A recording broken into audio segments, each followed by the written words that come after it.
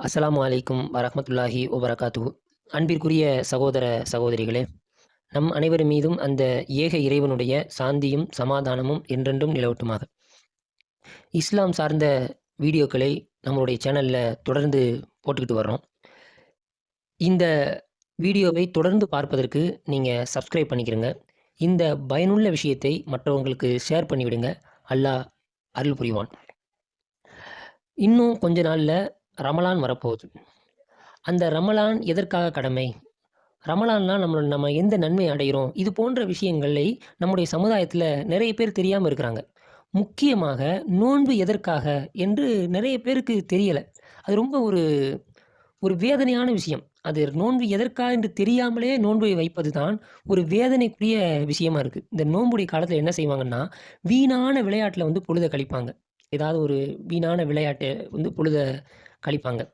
Night ஃபுல்லா தூங்காம அந்த விளையாட்டுல ஈடுபடுவாங்க. ஆனா சஹர் நேரம் வந்துவிட்டால் அந்த நோம்புக்கான அந்த சாப்பாட அவங்க சாப்பிட்டுட்டு தூங்கிடுவாங்க. அந்த ஃபஜ்ருடைய தொழுகைய தொழுக மாட்டாங்க. இது போன்று இப்படி தன்னுடைய அந்த நாள வந்து அப்படியே கழிச்சுக்கிட்டே இருப்பாங்க. அவங்க என்ன நினைக்கிறாங்கன்னா, பட்டினி கிடப்பது தான் நோன்பு என்று நினைக்கிறாங்க. ஆனா நோன்பின் நோக்கம் அதுதானா? பட்டினி கிடந்தா நோன்பு வந்து அல்லாஹ் ஏத்துக்குருவானா? அவங்க அவங்க என்ன நினைக்கிறாங்க, நான் சாப்பிடாம இருக்கிறேன். அவங்களே பேசிக்கிருவாங்க. நான் போன வருஷம் 20 நோன்பு பிடிச்சேன். இந்த வருஷம் 25 நோன்பு. இந்த வருஷம் இன்ஷா அல்லாஹ் எல்லா நோன்பையும் நான் வைக்கப் போறேன். இப்படிலாம் பேசிக்கிருவாங்க. ஆனால் நோன்பு எதற்காக? நோன்பினால் நமக்கு என்ன அல்லாஹ் நம்மட்ட நோன்புல எதிர்பார்க்கிறான்? இது முக்கியமான விஷயம். அது நமக்கு தெரியணும். அது நம்மில் பலருக்கு தெரியாமல் இருப்பது தான் வேதனையிலும் வேதனையான விஷயம். அல்லாஹ் தன் திருமறையில சொல்லிக் காட்டுறான். யா அய்யுஹல்லதீன ஆமனூ, நம்பிக்கை கொண்டவர்களே, உங்களுக்கு முன் சென்றோருக்கு நோன்பு கடமையாக்கப்பட்டது போல், உங்கள் மீதும் நோன்பு கடமையாக்கப்பட்டிருக்கு. வா அல்லக்கும் தத்தக்கும், நீங்கள் இறையச்சவாதி ஆவதற்காக. அப்ப எதற்காக அல்லாஹ் நோன்பு கடமையாக்குனானா? நீங்க இறையச்சவாதி ஆகணும். தக்வாதாரி ஆகணும். அதுக்காகத்தான் நோன்பை கடமையாக்கியிருக்கேன் என்று அல்லாஹ் தன்னுடைய திருமறையில சொல்லிக் காட்டுறான். இப்ப நம்ம ரமலானுடைய மாசத்துல இருக்கோம். இப்ப ரமலான் நம்ம இருக்கோம்னு வைங்களேன். நோம்புடைய காலகட்டத்தில நம்ம நம்ம வீட்ல நம்ம இருக்கிறோம். யாருமே இல்ல. நம்ம மட்டும் தான் இருக்கிறோம். வீட்ல ஒரு ஃப்ரிட்ஜில வந்து எல்லா பழங்கள் எல்லாமே இருக்குன்னு வைங்களேன். சாப்பிடக்கூடிய உணவுகள்லாம் இருக்கு. யாருமே இல்ல. நம்ம சாப்பிடுவோமா? சாப்பிட மாட்டோம். ஏன்? யாருமே என்னைய பார்க்காவிட்டாலும் என்னுடைய ரப்பு என்னைய பார்க்குறான்ல. என்னுடைய இறைவன் என்னைய பார்க்குறான்ல. நான் சாப்பிட மாட்டேன். இன்று இருக்கிறோமா? அதுதானேங்க இறையச்சம். அதுதானே தக்வா. அல்லாஹ் நம்மள பார்க்குறானா? அல்லாஹ் நம்மள பார்த்துக்கிட்டு இருக்கிறான். ஆனா யாருமே நம்மள பார்க்கல. ஆனா நம்ம சாப்பிடுவோமா? சாப்பிட மாட்டோம். இறைவன் என்னை பார்க்கிறான். நான் சாப்பிட மாட்டேன் என்று இருக்கிறோமா? இல்லையா? இந்த தக்வா, இந்த இறையச்சத்த தான் அல்லாஹ் எதிர்பார்க்கிறான். இது எதுவரைக்கும் இருக்கணுமா? காலம் ஃபுல்லா இருக்கணும். அதற்காகத்தான் இந்த 1 மாத நோன்பை வந்து ஒரு பயிற்சி ஆக்கியிருக்கான். அப்ப அந்த நோன்புடைய காலகட்டத்தில வீணான நேரத்த வந்து நம்ம போக்கக்கூடாது. அது இறையச்சம். இறையச்சத்திற்காக தான் நோன்பு என்பதை புரிந்து கொண்டு, நாம் வெறுமனே சாப்பிடாம இருந்து விட்டால் மட்டும் நோன்பு இல்ல. நம்ம தொழுகணும். அந்த தொழுகை என்பது முக்கியமானது. முக்கியமானது முதன்மையான கடமையா இருக்கு. அப்ப ரமலானுடைய மாதத்தில மற்ற மாதத்தில நம்ம தொழுவல. அது வேற விஷயம்.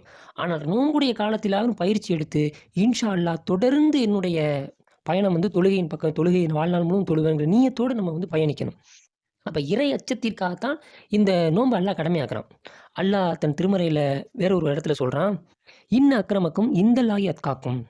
அல்லாஹ்விடத்தில் கண்ணியமிக்கவர் உங்களில் மிகுந்த இரையச்சம் உடையவர் தான் என்று அல்லாஹ் சொல்லி காட்டுறான். அப்ப இரையச்சம் உடையவர் தான் அல்லாஹ்விடத்தில கண்ணியத்திற்குரியவர் என்று அல்லாஹ் தன் திருமறையில சொல்றான். அப்ப இரையச்சம் என்பது ரொம்ப ரொம்ப முக்கியமானது. இரையச்சம் நம் வாழ்க்கையில தொடரணும். இரையச்சம் இருந்தால் தான் ஒரு மனிதர் மனிதராக வாழ முடியும். இல்லை என்றால் எல்லா விதமான பாவங்களையும் செய்வோம். அப்ப அல்லாஹ்வுக்கு பயந்து நாம் இருக்கும் பொழுது தான் நாம் பாவங்களை குறைவாக செய்வோம். அப்ப இரையச்சம் என்பது நமக்கு ரொம்ப முக்கியம். அப்ப இந்த ரமலானுடைய காலத்தில இன்ஷா அல்லாஹ் ரமலான் நம்மளை நெருங்கப் போகுது. அதற்குள்ள இந்த நீயத்தோடு இந்த ரமலானை நான் முழுமையாக அர்ப்பணித்து நன்மைகள் அடைந்து தொழுகையை நான் தொழுவேன் என்ற உறுதிமொழியை நம்ம எடுக்கணும். அல்லாஹ்வின் தூதர் அவங்க சொல்றாங்க, யார் ரமலானை அடைந்து அவனது பாவம் மன்னிக்கப்படவில்லையோ, அவனது மூக்கு மண்ணை கவ்வட்டும் என்று அல்லாஹ்வின் தூதர் அவங்க சொல்றாங்க. இது திர்மீதியில பதிவு செய்யப்பட்ட ஹதீஸு. இந்த ஹதீஸு நமக்கு என்ன சொல்லுது? நல்லா சிந்திச்சு பாருங்க. யார் ரமலானை அடைந்து அவனது பாவம் மன்னிக்கப்படவில்லையோ, அவனது மூக்கு மண்ணை கவ்வட்டும் என்று சொல்றாங்க. அப்ப நோன்பு எந்த அளவுக்கு முக்கியமானது? நல்லா சிந்திச்சு பாருங்க. ஒரு ரமலான் மாசத்த வந்தும் அவருடைய பாவங்கள் மன்னிக்கப்படலைன்னா, அவர் நாசமா போகட்டும் அப்படிங்கிற மாரி சொல்றாங்க. அவர் ஒண்ணுமில்லாம போகட்டும்ங்கிறாங்க. அப்ப நோன்பு எந்த அளவுக்கு முக்கியம் என்பதை அல்லாஹ்வின் தூதர் அவங்க சொல்லிக் காட்டுறாங்க. அல்லாஹ்வின் தூதர் அவங்க சொல்றாங்க, நம்பிக்கை கொண்டு நம்பிக்கை கொண்டு நன்மையை எதிர்பார்த்து நோன்பு நோற்று அவரது முன் பாவங்கள் மன்னிக்கப்படும். நம்பிக்கை கொண்டு நன்மை எதிர்பார்த்து யார் நோன்பு நோக்குறாங்களோ அவங்க முன் பாவங்கள் மன்னிக்கப்படுவதாக அல்லாஹ்வின் தூதர் அவங்க நமக்கு சொல்கிறாங்க. அப்போ நம்ம எவ்வளவோ பாவம் பண்ணியிருப்போம். நம்ம எவ்வளோ பாவம் பண்ணுறோம். நானாக இருந்தாலும் சரி, நீங்களாக இருந்தாலும் சரி. மனிதர்களாக பிறந்த எல்லாருமே பாவம் செய்யக்கூடியவங்களா தான் இருக்கிறோம். நம்ம பாவம் செஞ்சுக்கிட்டு தான் இருக்கோம். அப்போ நம்ம என்ன நினைப்போம்? பாவங்கள் மன்னிக்கணும், என்னுடைய பாவத்தை அல்லாஹ் மன்னிச்சிட மாட்டானா என்று ஏங்குறோம். அப்படி அந்த எண்ணம் என்னது இருக்குது நமக்கு. அப்போ இந்த ரமலான் என்பது அருள்மழை பொழியக்கூடிய மாதம் தான் இந்த ரமலான். அப்பேற்பட்ட மாதம் இன்ஷா அல்லாஹ் நம்ம அடைய போகிறோம். அப்போ அப்பேற்பட்ட மாதத்தில் நம்ம அடைய போகிறோம் என்றால் அதற்கு நம்ம தயாராக இருக்கணும். நல்லா சிந்திச்சு பாருங்கள். போன வருடம் உயிரோடு இருந்தவங்க இந்த வருடம் உயிரோடு இல்லை. அவங்க நம்மளோட இருந்தாங்க, நம்மளோட சாப்பிட்டாங்க, நம்மளோட ஒன்றா இருந்தாங்க. ஆனால் இந்த வருஷம் இருக்கிறாங்களா? இல்லை. ஏனென்றால் அவங்களுடைய அந்த ஆயுள் காலம் முடிக்கப்பட்டுருச்சு. அவங்க டைம் முடிஞ்சு போச்சு. ஆனால் அல்லாஹ் நமக்கு ஒரு வாய்ப்பு தந்திருக்கான். இன்ஷா அல்லாஹ் அந்த நோன்பு நம்மளை நெருங்கிருச்சு. அந்த நோன்புக்காக நம்ம தயாராக இருக்கணும். நான் அந்த நோன்புல அடைய போகிறேன். இந்த நோன்புல நான் இறையச்சத்தோடு வாழ போகிறேன். இன்ஷா அல்லாஹ் இது என் வாழ்க்கையில் தொடரணும் இன்ஷா அல்லாஹ் என்ற எண்ணத்தோடு இந்த ரமலானை நாம் அடையணும். இன்ஷா அல்லாஹ் அப்படி அடைந்து அந்த நோன்பை நம்ம பயணிக்கணும். அல்லாஹ்வின் தூதர் கால ரசூலுல்லாஹி ஸல்லல்லாஹு அலைஹி வஸல்லம் அல்லாஹ்வின் தூதர் சொல்கிறாங்க, அல்லாஹ்வின் மீதும் அவனுடைய தூதரின் மீதும் நம்பிக்கை கொண்டு ஈமான் கொண்டு தொழுகையை நிலைநிறுத்தி ரமலானில் நோன்பு நோற்ற மனிதருக்கு சொர்க்கத்தை கொடுப்பது அல்லாஹ்வின் மீது கடமையாகிவிட்டது.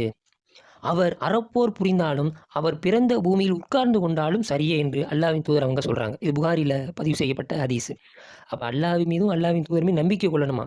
நம்பிக்கை வச்சு ஈமானோடு தொழுகையை அவங்க தொழுகணும்.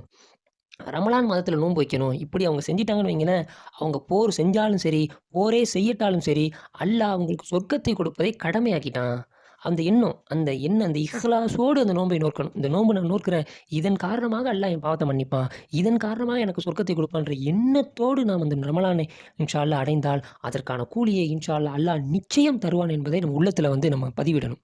அந்த உள்ளத்தில் பதிவிட்டு வரக்கூடிய ரமலானை அந்த இறைவன் எனக்கு சொர்க்கத்தை தரப்போகிற எண்ணத்தோடு நாம் செய்தால்தான் அல்லாஹ் அதற்கான பலனை தருவான் என்பதை மனதில் பதிய வைத்துக்கொண்டு, முன்னாடி இருந்தவர்கள் இன்றைக்கி உயிரோடு இல்லை, அதை நம்ம மனசில் வச்சுக்கிறணும். இன்ஷா அல்லாஹ் நமக்கும் மரணம் வரப்போகுது. அப்போ அந்த மரணம் அங்கே வரப்போகுது, எப்போ வேணாலும் வரலாம். இந்த ரமலான் மாதத்தை அடைந்து அந்த அந்த இறைவன் சொல்லக்கூடிய அந்த இறையச்சத்தை பெறக்கூடிய பாக்கியத்தை இறைவன் எனக்கும் உங்களுக்கும் தந்தருள் புரிவானாக.